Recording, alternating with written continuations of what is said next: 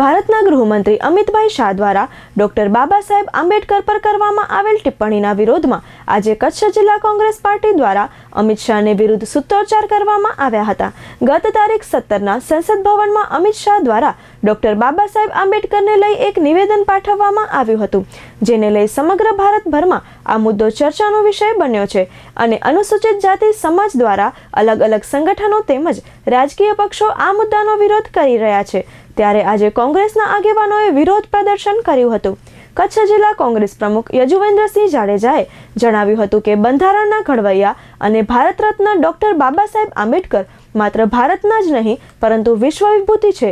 ત્યારે સંસદમાં અમિત શાહ દ્વારા જે વિવાદિત નિવેદન કરવામાં આવ્યું હતું તેની સામે પ્રજામાં રોષ છે।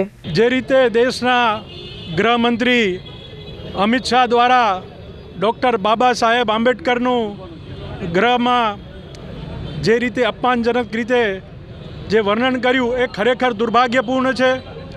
આજે આ ભારતીય જનતા પાર્ટીની અને અમિત શાહની જે ડૉક્ટર બાબા સાહેબ આંબેડકર વિરોધી જે એમનું વલણ છે એ સ્પષ્ટ થાય છે। ભારતીય જનતા પાર્ટી પણ હર હંમેશા બંધારણમાં નથી માનતી એ સ્પષ્ટ થાય છે।